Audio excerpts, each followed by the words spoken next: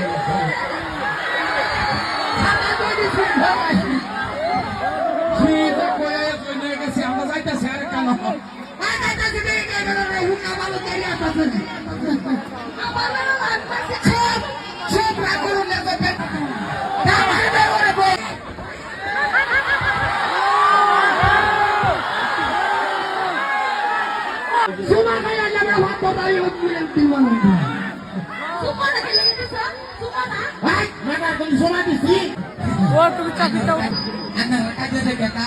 ও ভালো লাগছে বাড়ি কই তোমার কোনো কাজ নাই না কেউ কি কাজে লাগাবি দেখি